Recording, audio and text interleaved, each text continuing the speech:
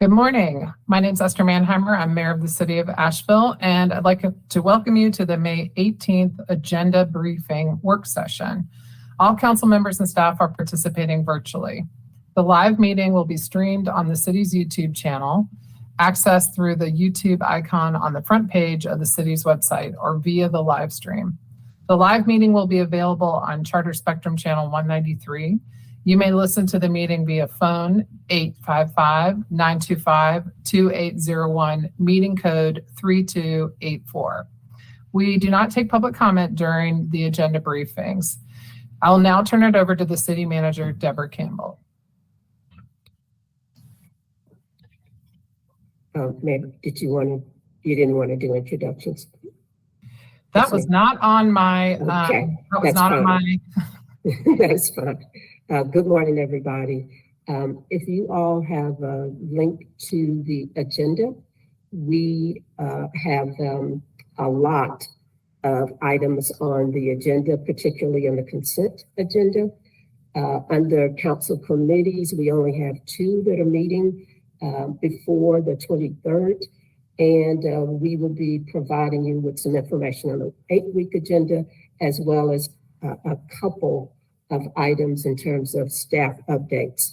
Rachel Wood will be managing the review of the agenda, starting with the council agenda review for your work session on May 23rd. So I will turn it over to Rachel. And again, good morning, everyone. Thank you, Deborah, and good morning. As Deborah mentioned, I'm going to start with a review of the May 23rd City Council agenda.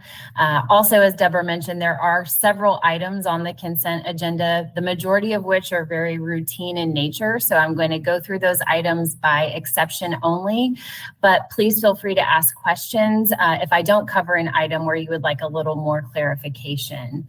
Before I go into consent, I do want to note that there are 2 proclamations scheduled for the May 23rd meeting. The first is recognizing May 21st through 27th as National Public Works Week. And I see we've got Greg Schuler on today's meeting, but this will be an opportunity to recognize Greg's team for the great work that they do throughout the year. And then also recognizing June 2023 as Pollination Celebration Month. So moving on to the consent agenda, I'm going to start with item G. Item G is a really good news item. The city owns just over 33 acres off of 80 Hardesty Lane at the rear of Azalea Park. Asheville Greenworks has proposed to lease 1.3 of those acres to serve as a growing area for native trees, which will in turn be provided free of charge back to the city for city purposes. Under the lease, Greenworks will be allowed to park vehicles on the designated area while they're working and also construct an 8x8 shed. Greenworks is working with the city's arborist to determine the exact number and types of trees that will be planted, and available trees that are not needed or requested by the city will be made available for planting on public land owned by Buncombe County, other jurisdictions in Buncombe County, as well as nonprofit agencies. So just wanted to note that really exciting opportunity. This is proposed to be a $1 lease for 5 years with the option for an additional 5-year renewal.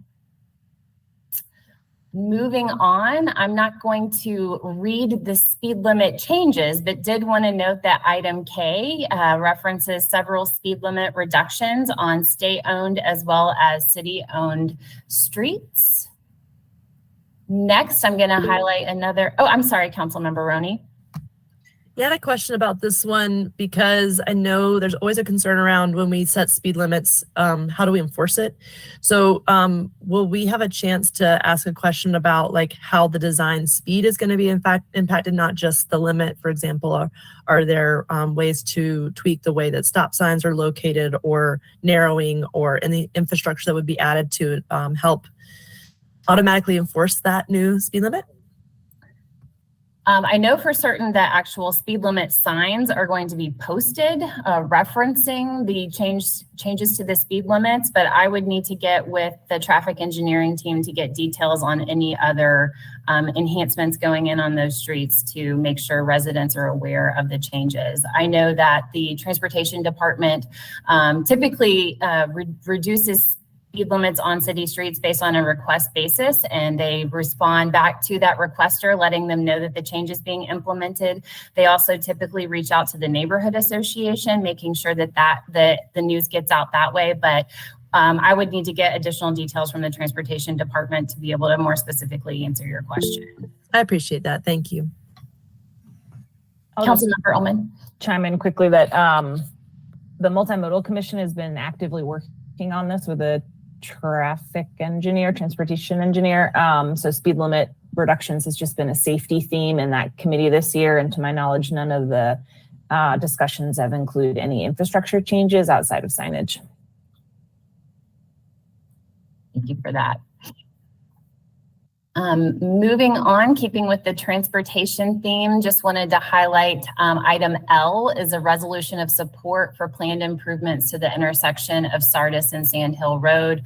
Of course, Sardis and Sand Hill are NCDOT roadways, and that specific intersection has a history of rear-end crashes and congestion. NCDOT has planned improvements including pedestrian signals, a crosswalk, right turn lane at the westbound Sardis Road approach, relocating a traffic signal pole, sidewalks, and curb and gutter. These improvements were unanimously approved by MMTC on April 26th, and council's being asked for this resolution of support just because of the dollar value of this improvement. Moving on, unless there are questions on other items, I'll quickly highlight that item O is setting the council retreat follow-up work session for 2 p.m. on June 13th in the City Council chamber. And we are actually going to have a more detailed conversation later as part of today's agenda to get feedback from council on how you would like for us to go about planning for and making sure we're meeting your expectations for that day. So we'll discuss that later on this morning.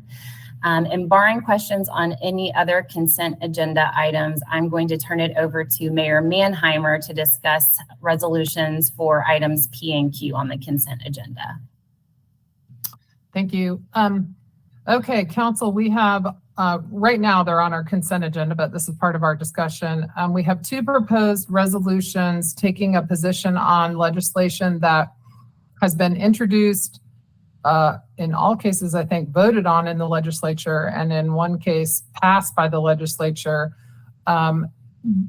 This is something that council has done from time to time, take a position on pending or past legislation in the North Carolina State Legislature. Obviously, we don't have the ability to vote on it, but on the legislation itself, but for us to take a position on it. So I'm going to turn this over to Councilwoman Roney to discuss these resolutions in more detail. She is bringing them forward. Thank you. Thank you so much. So to avoid some potential confusion, I will start with item P, the resolution affirming our support for Asheville's LGBTQIA+ community. Originally presented in February, this was a effort of cities across the state of North Carolina. I think there's some strength in coordinating efforts so that we're not alone in this work. And I also have heard from community members that resolutions are not the work. I agree, but these are an opportunity for our organization to establish value statements. So that said, we did make some changes with community partners and editors to update LGBTQ+ to LGBTQIA+ to be consistent with the county's previous language. And I understand there are some concerns about the draft language supporting drag performance. And I would just ask us to consider that this is a value statement of support for our community, which is in the scope of this body's work. It is not a reflection of the values we might wish that our entire state had. But this suggestion is coming from community organizations and community partners. So I welcome any input or feedback on the first of the proclamation or the resolutions, which is reaffirming our support for our LGBTQIA+ community members.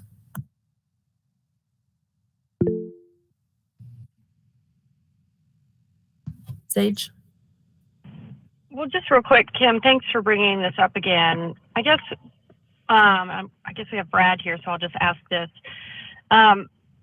in the past, when we looked at doing this, it was explained to us that there could be some repercussions that would be potentially worse, and would making a statement actually create potentially more harm.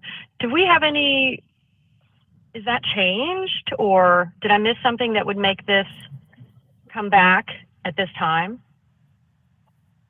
Hi, good morning, Sage, and good morning, everyone on council. I think the best response that I can give to that question at this time is to say that we are still in the midst of the General Assembly's legislative session. And although we have passed the crossover deadline, which really limits the amount of local bills that can be filed, we are still for probably another month and a half, perhaps, in the midst of the legislative session. We are monitoring multiple bills right now that have already been filed, some of which would be very helpful to the city of Asheville, some of which would be very detrimental potentially to us as well as other municipalities throughout the state. We're working very closely with our legislative partners in other cities, as well as our lobbyists and the League of Municipalities, to try to advocate on all fronts. What I would implore council to do is always give consideration anytime you would like to proceed with an action that might have a detrimental effect, to keep those matters in mind. This is a particular resolution which I believe we all have probably universal support on the substance, but I think an appropriate approach would be to keep in mind that as long as we remain in session, you now are exposed to the actions of not just a legislature, which could take some potential action, but one that has now veto-proof majorities in both houses. So the pathway to take those actions is much easier for them. I don't think that anything has changed in that regard, and probably the only time that I would suggest we're really out of that woods is when the legislative session is closed, probably closer to the end of summer. But again, the substance of what Council Person Roney has proposed here is certainly one that we value, and I believe it's in council's purview to approve these as you have done in the past, but we always do that with an eye towards any potential ramifications from the state legislature. Thank you for that, Brad. I would also add that there are concerns in our community that we would stall this, and that the risks of not having a value statement, especially timed with other municipalities across the state, is a missed opportunity to build coalition with those cities. And so there are other risks in addition to isolating ourselves as being the ones who are not presenting value statements for our community. And so is there more to be said about which cities? I guess I'm just behind on this issue, and I'm sensitive to, I very much want to affirm and support. I also very much want to make sure that we're not creating harm or doing something vocally that has such a repercussion that we might regret it. So is there more information available on what other cities, or can someone send that to me for review by Tuesday? Sure, I'm happy to do that. Some of the cities that were the ones that passed it in February alongside with Equality and C support included Carrboro, Durham, and Hillsborough, but that list may have grown, so I'm happy to follow up. Kim, are you not at all worried about what Brad is talking about, open session? Do you feel that it's more important to do it now instead of waiting a month? Or the question was the end of summer, while we have current protesters against performances in our community, and in advance of Pride, I do have concerns that we would stall it. I do hear the concerns that we should hear what is a good strategy for making sure our local bills have support. I will also remind us that other cities across the state are working on those same local bills. So I think the curiosity has been how do we coordinate efforts together on both the local bills and these statements of support. I've had a chance to talk to our lobbyist and with Julie Mayfield in the legislature. I think there's always the risk of repercussion, and Asheville has had some serious legislative repercussions in the past, unprovoked at times. But the waters are calmer now in terms of that kind of legislation that we've seen. For example, trying to take the water system, the airport, removal of the ETJ, extraterritorial zoning jurisdiction, prohibiting water transfers. There's a whole bunch of legislation that's already happened to us that has now, it's already happened. What I think I can glean that would be our biggest risk in that we're weighing here. One is, I think it's very important for us to support our community here in Asheville and continue to maintain our position that we're an open and welcoming community. We have done that consistently, and I think that's really important. So to me, these resolutions are in that vein. It is not because the Republican-controlled legislature will listen to these resolutions. I do not think that is the case. They're going to make a decision whether or not to pass the legislation pending in the Senate. None of this has been final. There's no final vote yet. It's not even clear it'll come up for a vote. But I don't know that the legislature will listen to us in doing it. That's not why I would vote on these resolutions. I think if you want to weigh the real probability here is that we will not get, we may not get our civilian crash investigator bill passed, which would be in service to other parts of our community that we're also trying to support. So there's unfortunately, those are the kinds of, that's the situation we're put in. The other one was around parking revenue flexibility. There was a bill pending that would have allowed us greater flexibility with our parking revenue. I think it's, and Brad, maybe you can think of any others that were pending, but those are the two that I recalled. I think the civilian crash investigator bill is the one that's the most, that was the most likely to pass this session and is still pending. So we have, and there's some other threats that are still looming out there in terms of short-term rental regulations. Maybe you would agree with that, Brad. So, how is the legislature going to punish us, if you will? That is hard to know, but it's a possibility, and we know that because it's happened to us before. So, that I think it's not a fair position to put us in when it comes to this kind of, it's not fair for us to have to pit one interest against another, but that's what it is. Mayor, to your knowledge, are other cities that Councilwoman Roney mentioned, are they doing this now? Are they making supportive statements now, or are we referring to cities did this in February? I need to check in with my mayors and see if any of them have passed it. Councilwoman Roney may be more up to date on that. I've not heard one way or the other. The usual suspects on this type of resolution would be Chapel Hill and Carborough, so I can reach out to them and see. That would be really helpful for me for Tuesday, if possible. And Durham has also passed this. One of the things that also came up is as North Carolina is coming under the microscope around whether or not we are a great place to live, work, and visit. What is the impact on Asheville if we stay quiet on this and people no longer feel that they should grow their business here or bring their business here, if they should choose to grow a local business, for example, or if whether or not people should visit. So while it would take more time to look at the economic impact of not doing this, I have not forgotten what happened with House Bill 2 and that we almost lost basketball and other economic opportunities for our community because we chose not to stand with the other municipalities. In that case, it was Charlotte. Well, I'm not saying that I don't want to support it. I'm just saying when is the best time to show our support, just for clarity.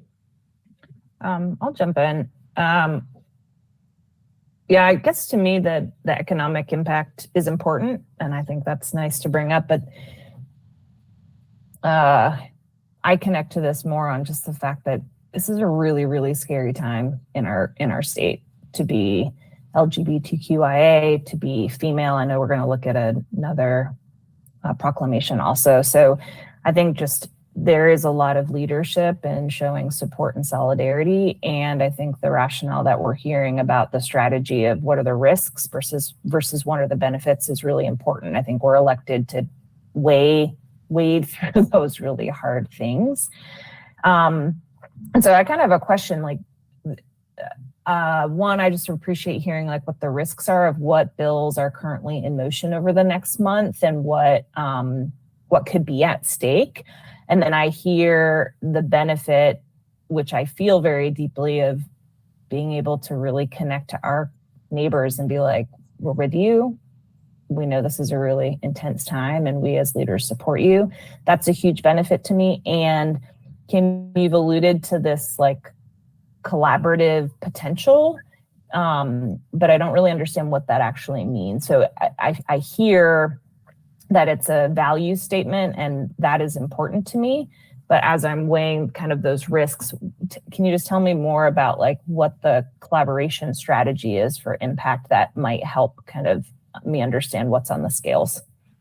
So I think probably the next best step, based on what I'm hearing and the feedback is appreciated, is that it might be helpful for me to, in addition to the draft language, also circulate a list of the cities who have already passed this or something similar.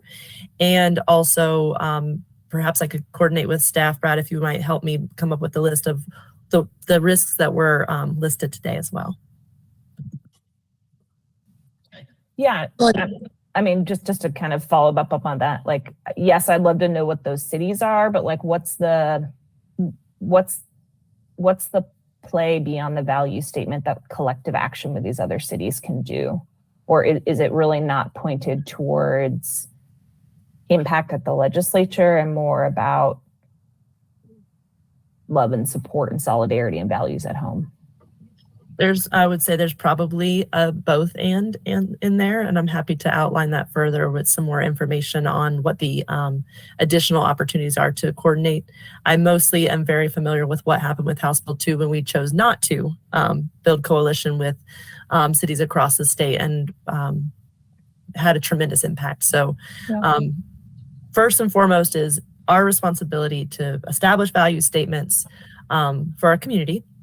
And then second to me is the coordination with cities across the state so that we aren't in these solo fights, but really building that network for economic development, for human and civil rights, and for what's possible for the state of North Carolina. Yeah, thanks. I appreciate that. And I'll just say, we'll get to talk about this, I guess, on Tuesday, but it's a really scary time right now for a lot of people. And I think as leaders, weighing this risk is important, but hearing from neighbors and constituents right now about how life-threatening a lot of this really feels to them makes me inclined to be really loud about what I believe, and the value statements kind of ring true for me. Yeah, thanks, Kim, for digging in more on that. I hate to put the onus on you to do the research by Tuesday. I mean, I know I'm giving my nod that I would love for staff to work on that a little if possible, so you don't have to do it all on your own, Kim. Oh, yes, definitely not doing it by myself. I definitely appreciate the community partners that have weighed in and helped to make edits and to help pull information from other cities and the other municipal electeds that have provided insight and draft language from their own resolutions and statements. Okay, I guess the last thing I'll share is that if we're going to be saying, this community put forth their resolution, when they did it would be crucial for me too. Thank you. Any other questions on this one? We've got one other one to talk about. Okay, the second one is the resolution regarding really reaffirming the gender affirming full spectrum reproductive healthcare access. This is something that is pulling from our previous language that we've used to support and to affirm access to reproductive healthcare. I've also included some language from Mayor Damon Stiles in Carborough and Eleazar Posada in Carborough that have already passed this this week. So thanks for their support and helping to craft some updated language. Once again, I think there's some benefit to coordinating efforts with other North Carolina municipalities. We are not alone in this work or in these value statements. I have confirmed this morning with community partners that provide gender affirming reproductive health care services here in our community that it is absolutely appropriate, and the request would be to keep it front and center, the language regarding gender affirming care. I'm open to any feedback or suggestions on what we might need to make edits for, or how to strengthen this or see it in a different way. I think it would be helpful if this one could be included, and hopefully both could be included in our agenda materials going out so that the public could access them as well.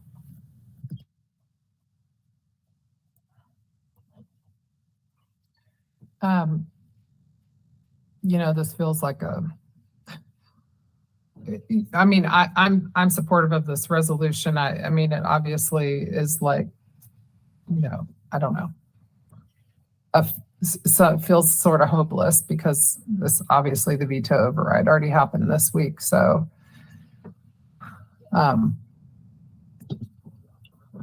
here we are in this situation. So, I mean, this is, I think if everyone is supportive, I would go ahead and put it on the consent agenda. It, you know, it reaffirms our position on this, but,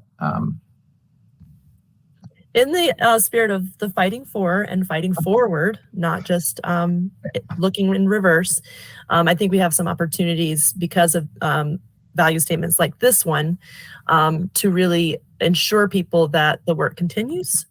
In the therefore be it resolved list includes a commendation for our local delegation that voted against Senate Bill 2 and support of Governor Roy Cooper's decision to veto, which was overridden. But I have been reminded that while this is a very tense and trying time, it is also an opportunity to remind people in our community that gender affirming full spectrum reproductive care is still accessible. In North Carolina, though, it is limited, and there's a concern that it could be further limited. So this is another opportunity to remind folks that it is not over, and neither is the struggle moving forward.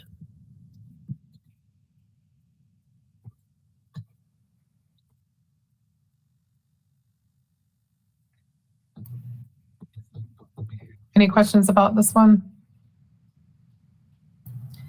Mayor, is this something that you and or Councilwoman Roney will provide to me tomorrow, or do you to post online tomorrow morning, or how will that work? Because I know the things that are being circulated now are just in are drafts. I just need to have the final documents so I can attach them to the agenda. Since you have access to the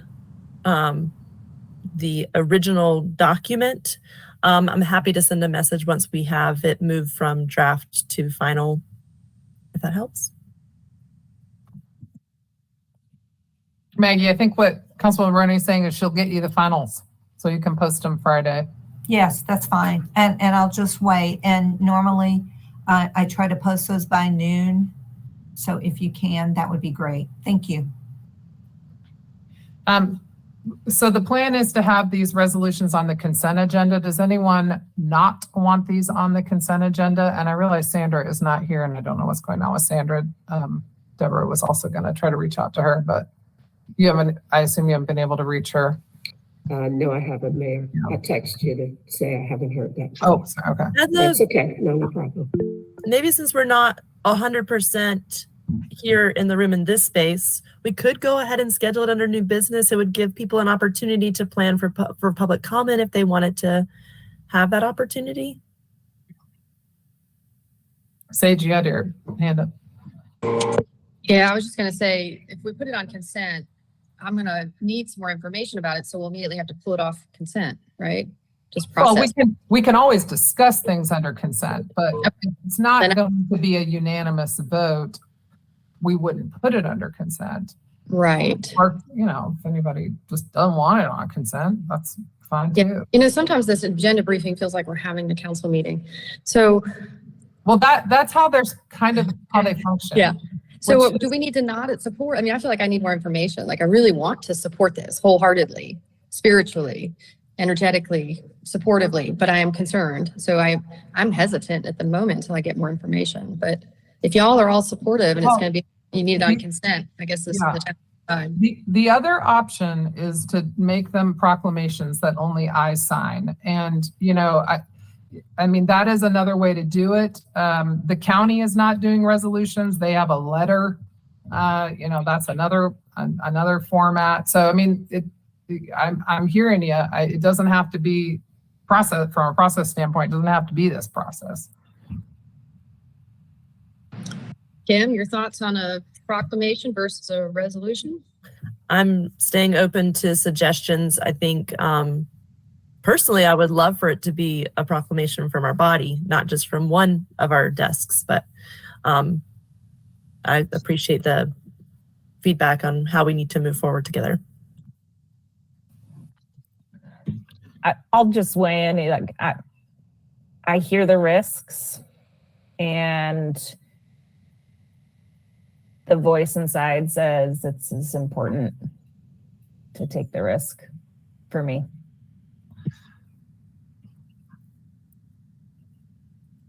Well, Councilwoman Mosley, Smith, any feeling one way or another? I'm supportive of the resolution or a proclamation. Either is fine with me. Okay. And I have nothing. I'll go with the majority. So it sounds like we're supportive. Okay, so why don't we do them as resolutions on the consent agenda? If something comes up, Sage, we can always pull them off and have a separate vote and to make that decision on Tuesday. Sounds good. Thanks. Okay, great. Thanks, everybody. Thanks everyone for the input. Appreciate it. Okay, Back so to you, Rachel. thank you, Mayor. That concludes the consent agenda. We do not have any scheduled presentations or reports. Under public hearings, item A is going to be continued to July 25th. That is a land use incentive grant application for the Aston Flats micro apartments project. We have item B, which is a public hearing to consider a land use incentive grant to Commonwealth Development Corporation. This is for the Fairhaven Summit project, which has been discussed at Policy, Finance, and HR, as well as with the Housing and Community Development Committee. You may recall that this project also received a Housing Trust Fund loan. And so I know we've heard several presentations on this. The request is for a 21-year, roughly $1.02 million land use incentive grant project for a 77-unit multifamily development. So this is the public hearing for that. And then last but certainly not least, under public hearings is our statutorily mandated public hearing on the fiscal year 2024 annual operating budget. And that is the last planned item for the May 23rd City Council meeting. And Rachel, the only thing that I would add in terms of the budget is that we're going to provide, just when we promise you, it will be the briefest presentation that we have done regarding the budget. We just think that it is good for us to set the context before we launched into public comment. But also as part of that presentation, we're going to go into a little bit of a deeper dive since there has been some concerns and a lot of interest in employee pay compensation, particularly for Asheville Police Department. We're just going to give a little bit more information about APD pay. I received a different question, and I think it's coming from a combination of concern around compensation, but is it possible to provide some more clarity on where we're getting the direction around changing uniforms? It seems like we did get some brief information, but when the priority would be pay for recruiting and retention, it seemed like that was a deprioritization, and I don't think that's necessarily the case. I just had some curiosity. I think others, members of the public did too.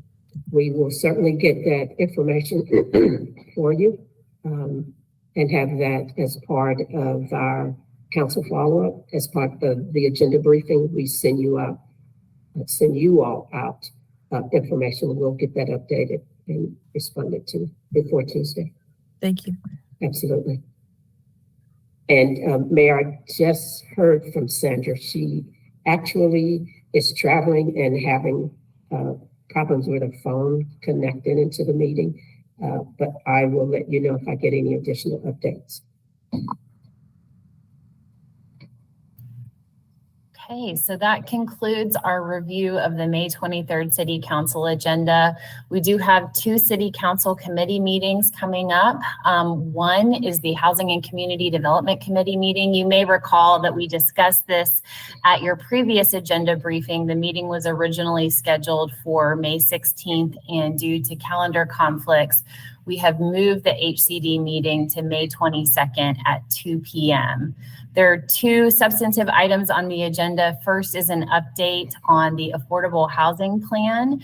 And just for this group's knowledge, I'm really excited to say that the RFP was actually advertised on Monday of this week to select a firm to update the city's affordable housing plan. And then there will also be a policy discussion on whether land use incentive grant applications should be considered for micro apartment projects, or if we should consider pausing consideration of micro apartments until the affordable housing plan updates the land use incentive grant policy in the upcoming fiscal year. So those will be the 2 key items discussed at Tuesday's Housing and Community Development Committee meeting. And I will turn it over to Deborah to provide an overview of the May 23rd. Oh, I'm sorry, Councilmember Ullman. Yeah, I'm really excited about the affordable housing plan work, and so thankful to my councilwomen who've been leading the charge to really do this big picture look. And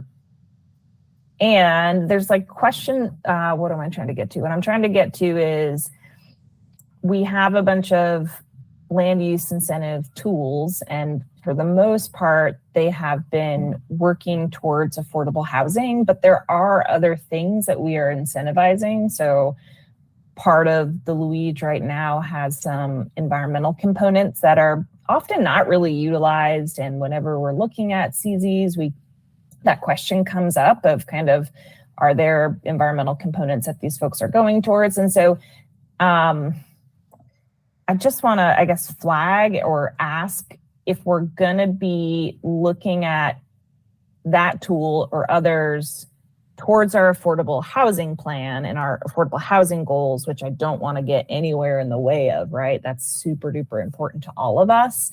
How are we going to make sure that we don't, here's the risk that we spend time on some of these tools for one goal exclusively, and there's no tie-in to think about some of the other things that we already have on the books that may or may not be working well for other things that we're incentivizing. And then we close the door and go, oh, sorry, we just looked at all these tools for one of our goals.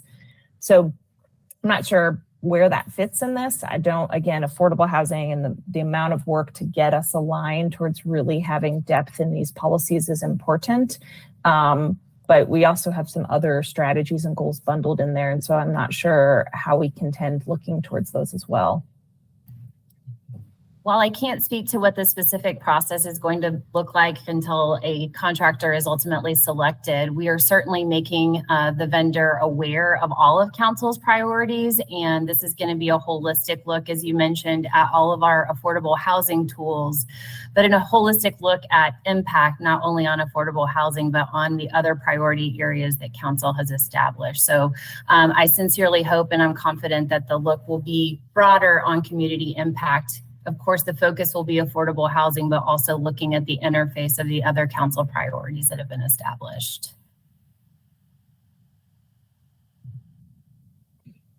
Maybe as we get into that scope more, we can kind of see where, because I think, as the Environment and Safety Committee is just getting started with the environmental component, my hope is that we as that committee and this whole council can start to really look bigger picture on our environmental strategies.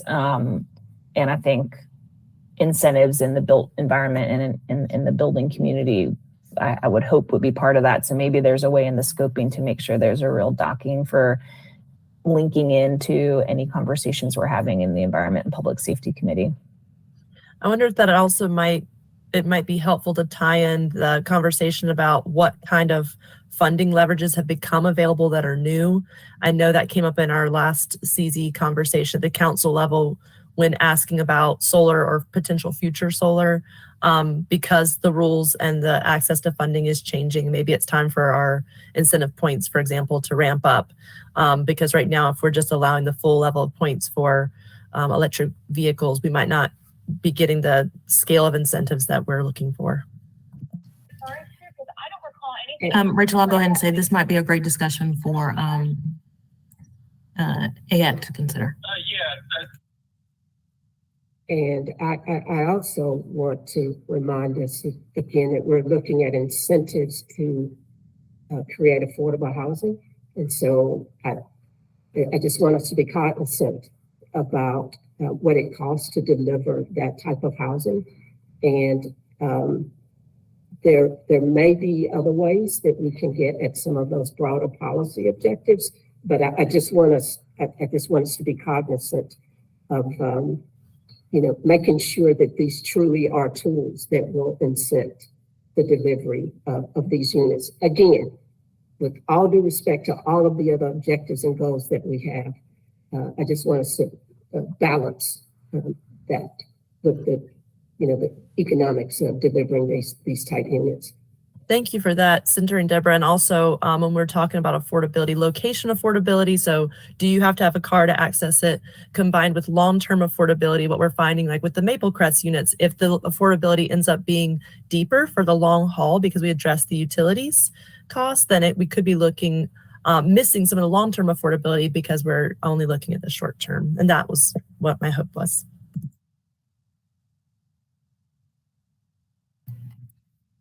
Thank you for that feedback.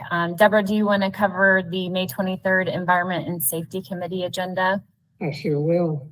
Thank you, Rachel. We only have 2 items on the agenda, and none of those items are, we're requesting any type of action. We have 2 items: update on single-use plastic reduction initiative, and this is staff giving us an update on the public input survey and sanitation analysis, which we're kind of looking at both of those. So we'll be, again, giving some information about those survey results. And then we'll be doing an update on the downtown safety initiative. And this is going to be just a little bit of a deeper dive that we did to the downtown commission, because we will obviously have more information, more data, more things that we can share, in particular, how people can access information, who to call. Again, just a little deeper dive, in particular to the dashboard and the webpage that we've created regarding this effort. So those will be the 2 items for Environment and Safety Committee. The meeting starts at 11. Thank you, Deborah.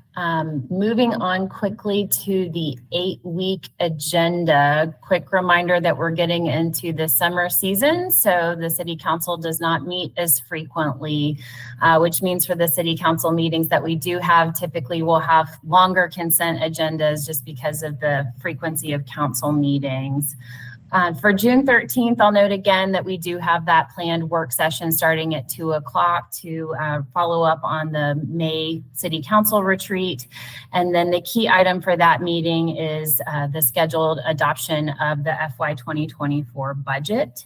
There is no meeting scheduled for June 20th, and June 27th would be when there would be potential council action related to a consideration on if we should pause consideration of future land use incentive grant applications for micro units, so that the broader work around reviewing the land use incentive grant policy and affordable housing tools should occur first. So that's when we're projecting to have council action, depending on the decision that's made by the Housing and Community Development Committee at their May 23rd meeting. There are no meetings scheduled July 4th, July 11th, or July 18th. And so our next meeting that we have scheduled is July 25th. And I will highlight on there, we do have planned the public hearing for the South Slope Vision Plan. And that concludes the review of the 8-week look ahead. Councilmember Roney. I attended the last Southside community neighborhood event, and there was a presentation about the South Slope plan. One of the takeaways I had from that was that we weren't on a deadline, but we do have something penciled on our calendar. So I just wanted to name that when we're doing community outreach, we might just want to make sure those points are aligned, so we're all on the same sheet of music. Both that we can continue to extend, which we have done, and also that it is on our calendar. Duly noted, Kim. We appreciate that feedback. Okay, so moving to other issues and updates, I believe we have Jade Dundas scheduled to provide an update on the Water Independent Review Committee. Good morning, Mayor, members of council. Jade Dundas, Capital Projects Director. Today coming to you in the role of Administrative Liaison to the Independent Review Committee. Just wanted to update that the committee has been working diligently and tirelessly in the collection and processing of information up to this point in time, with the intent of meeting a report delivery date of May 30th, as previously mentioned. As we get closer, and now they're at a point of processing all of that information and developing the reports and assembling that into one report. And what they have requested is an extension of 1 week for the delivery of the report on June 6th. They need that extra time to put the report together and get it reviewed and produce a final report.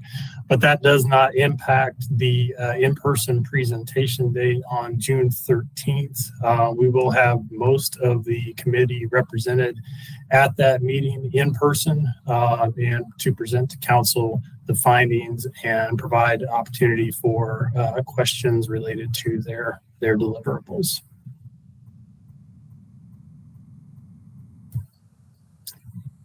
Thank you. And if there's any questions, I'm happy to answer.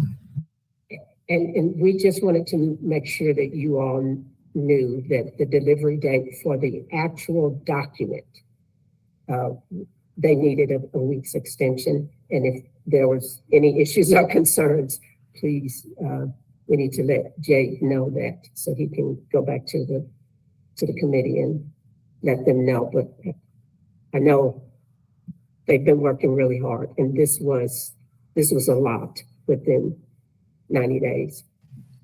So if we get it on the 6th, we'd still have a chance to see it 2 days before our agenda brief these calls, and then also a full week before our council meeting. So yeah, I can block off my calendar to read and digest and do what I need to with that advance notice. That works for me. Well, we really appreciate the flexibility, and I'm sure they will as well. Thank you. Yeah, I'll certainly convey that to them. Thank you so much. Thank you, Jay. I think I'm up next, Rachel, and I'll just go into this with deep regret. And I'm sure you all have heard that our fine fire chief, it's kind of hard for me to even get this out, is retiring. Celebration is May the 30th at Harris Cherokee Center from 2 to 6. The announcement is attached. You all are invited to attend, and I hope that you all can make time in your busy schedules to at least drop by. We are in the process of designating an interim, which probably in the next week, we will finalize that announcement, and then we're going to do a national search. This is not to say that we do not think that there is an internal candidate that is qualified, but we actually have a couple. And so we think that it is important that we do the national search to get as good a qualified candidate list as possible.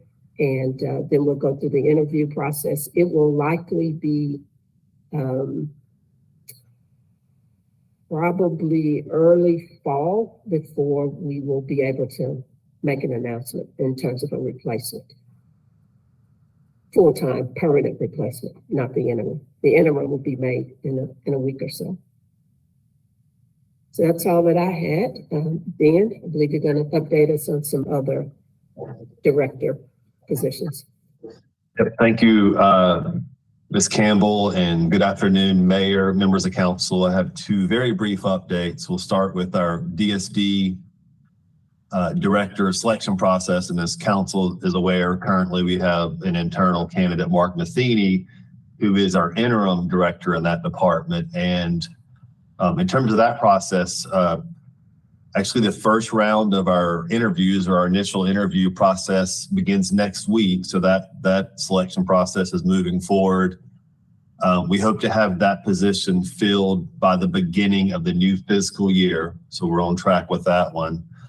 Shifting to the planning and urban design director position, as council's aware, I am the interim director for that department currently. We do have interest for that position. We have several strong candidates have submitted interest. However, I'm going to work with HR to really expand our outreach efforts. We want to try to attract a deeper pool of qualified candidates. We want to make sure we bring in a number of candidates that would potentially be good fits for the position. So we need a little more work in that position in terms of getting a pool together and moving forward with interviews. My goal is hopefully to be able to start the interview process sometime in June. So again, we just want to have a few more weeks to make another push for that position. And with that, I can answer any questions council has about either of those position searches. Okay, thank you. Thanks, Ben. And I have the last item under other issues and updates, and that is seeking feedback from the City Council on your upcoming work session that's scheduled for June 13th, starting at 2 p.m. in the council chambers. I know we've discussed the primary focus being finalizing your strategic priority goals, which were drafted at the March 2nd and 3rd council retreat. We also plan to discuss how those priority goals will inform the development of council committee work plans, the finalization of our organizational work plan, and providing some updates on the work that we're doing to improve communication on the status and the projects that are in our organizational work plan.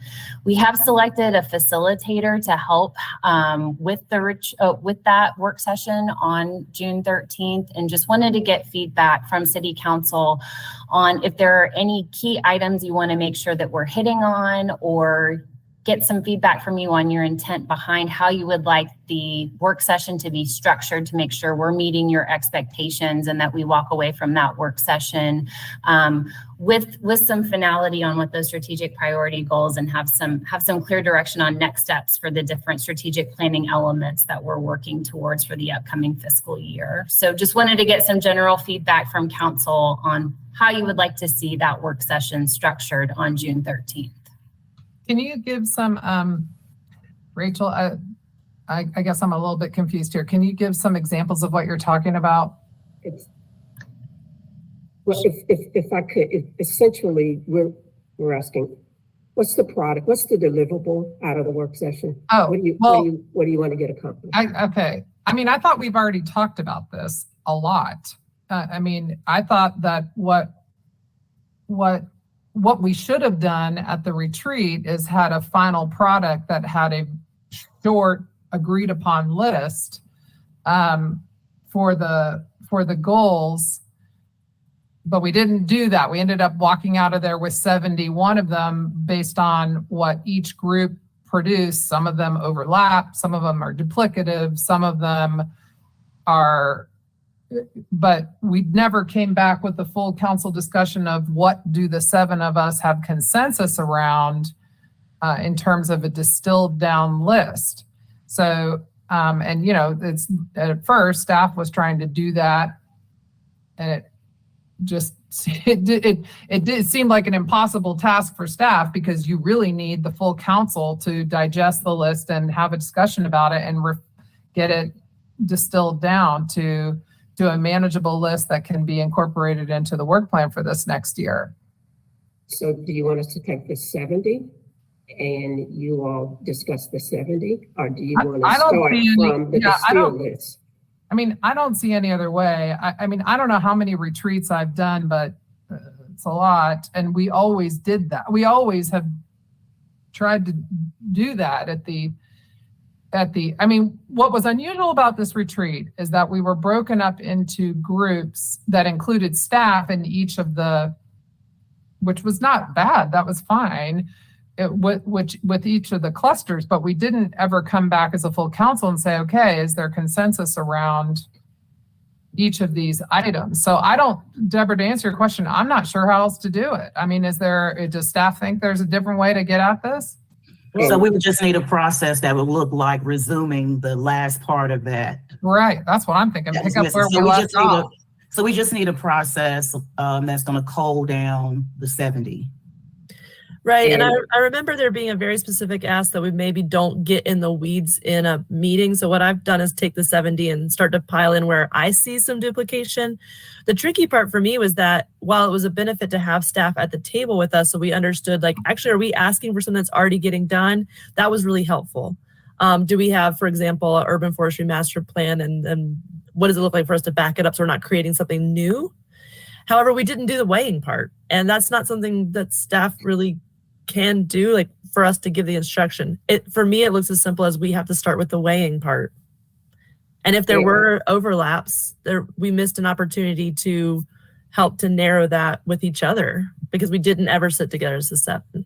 And I'm going to apologize to Rachel because I jumped in and interrupted her. So I apologize. Take it away, Rachel. Sorry.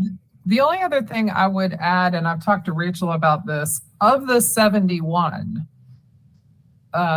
going back to the fuzzy we talked about, it was a little unclear to me, not just with the fuzzy, but the 71 kind of run the gamut. Some of them are action items. They're like way down in the weeds, right? And some of them are kind of 30,000 foot policy. So, I mean, what I think would be helpful is for staff to look at that 71 before we have our follow-up retreat, and sort of categorize these things. Like, is this kind of down in the weeds action, or is this, I guess kind of give us some guardrails is what I'm saying in terms of what you think about each of those 71 items. The other thing is, in past retreats, sometimes what we've done is we've looked at an item and said, well, that's already happening. That's already in progress. That's another thing that would be helpful for me for staff to weigh in on. If you feel like, well, that's already in our work plan, that's already in progress, but maybe council says, well, we think it's important to keep it there on the list. We want it to be a goal, or we feel comfortable just knowing it's already been absorbed into the action plan and we don't need it on this list for this year. Whatever, that would be just to help inform our discussion. That would be helpful. I don't know how the rest of the council feels about that. My guess is that there's not actually 70 because there were things that were discussed at multiple tables.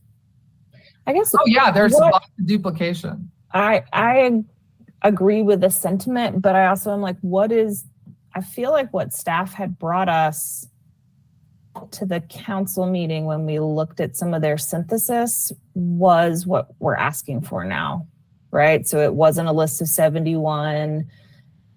The things that were highly tactical were linked into kind of goal statements. So the distinction is we don't want the 71 because there's going to be overlapping places. I guess I'm just not sure what the difference is between we all agree that dot voting is what we want. I mean, I'm not asking for anyone to eliminate the overlapping things ahead of time. They are phrased differently. That could be important. We probably got to work through it. If staff wants to list them in order if they overlap so that we don't go, hey, wait, we just talked about that 45 minutes ago. That would be fine with me. But I read the phrasing of them, and some of them are, some of them are slightly different. Some of them are a thing within a bigger thing, so I mean, to me, in the past, the only way to do this is sort of manually go through the list because, and I don't know about you all, but when I look at something that staff has tried to synthesize, I just sit there and think, well, what got left out? What decisions were made at a staff level that sort of edited this out, but that was actually kind of important to me. I want to be, at least with this process, I want to be part of the sausage making. That's helpful to understand. I appreciate that. And I agree, like the weighing is very important. And so it makes me think that there's some weighing to be done, but also this conversation amongst us of the difference between like tactical and aligned goals. Like, okay, so we have kind of the culled list. Now, what does this mean would be nice too. So the exercise itself is not solely culling, but there's also discussion around kind of what does it mean? Because 7 words on something we dot vote has so much more thought and experience behind it. So if we could make space for dot voting and then some discussion to synthesize as a team, I think that could help me really learn from my fellow councilwomen and align. Okay, Maggie wants dots. I like dots. There's plenty of ways to weigh it, but that's, I envision those giant rippy-offy Post-it papers that stick to things, but yeah, okay. So, some way to do it. The method is less prescriptive, but a shared weighting process so that we can cull around our aligned priorities makes sense. And then some time to discuss those afterwards. Okay, Antoinette, did you have your hand up? Flowers and bees, stickers. Antoinette, did you have your hand raised? I did, but then I took it off. What I was thinking was when Esther was talking about things overlapping and then Maggie weighed in, I was thinking an example would be there was a discussion about creating a benefits tables for development. And then there was also included in that a discussion of what do we do with Luigi? Do we even continue with Luigi? So those would look like one thing, but they're actually 2 distinct things. That was just the example that came to mind.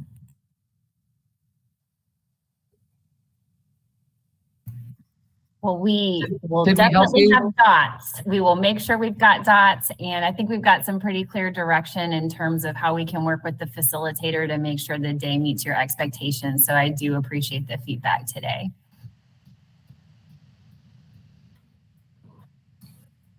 And Mayor, that is all that we had on our formal agenda for this meeting.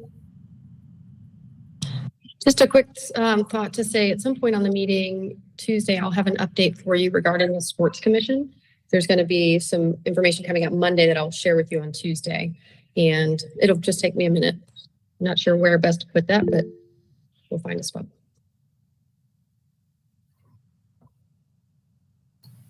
Kim? I would be remiss of not asking for a follow-up because I anticipate we might get some public comment on Tuesday. I know we got an email from the manager's office Wednesday at 8:30 p.m. about an interaction with our staff, our police officer staff, and an individual in the process of being arrested. And I know that we will have more information in the next few days, but I have been getting some outreach already around this and questions around if the CPAC is going to meet, and if not, should come up at Human Relations Commission. So I'm looking forward to hearing what updates look like for folks to express their concerns. Will do. We're working on it as we speak. I've only seen the email that something has happened. Have I missed something else? I think what Councilwoman Roney is talking about is how the police department issues press releases periodically. They sent one this last week that we had an officer who was injured in the process of arresting somebody. That is the incident that Ms. Campbell sent us an email about last night saying we would hear more information. That is not the one I was referring to. We could easily refer to the Citizen Times article from this morning. Yeah. No, I mean, but I thought we got, I thought we got APD sent, just their usual press release last week about an officer who was injured in an incident. I think it was the same one that's in the Citizen Times article. That is correct, Mayor. Yes. Okay, so to be clear, there's one incident. Yes. Okay, thank you. And two kind of different perspectives about the incident. And there's a video of the incident available. Yeah, it's not APD camera. It's a That is correct. private video, but it is connected to the ACT, that Asheville Citizen Times article that's posted. That's the video in there. Okay. That's correct. I could go Google all of these things, but if someone knows where all these things are, could you just drop us an email with them? I feel like I'm getting piecemeal. Someone did great. We'll have Jamie Okay, thank you. send that to you. Yeah, well, Sage, I think you're saying you'd like to see the email that came from APD last week. You'd like to see the Citizen Times article. Yeah, and I mean, I can go Google these things, but if we are being clear in our communication, it'd be helpful if there's just a list of what's happened for this one incident, because I didn't even know it sounded like for a minute there were two incidents. So just some clear, okay, one incident. I think that would be a little more helpful. Like, I appreciated getting the email that something had happened, but I was like, oh gosh, what happened? And had I known it was the incident referred to a week earlier, that would have been good. Yeah. Yeah. And I thought the video, the article was attached, but evidently. Okay. Great. That would have done it. Okay. Thank you. All right.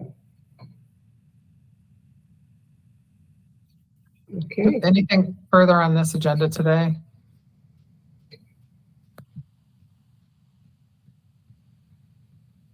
Okay. All righty. All right. Goodbye, everyone. Have a good one. Bye-bye. Have a great weekend.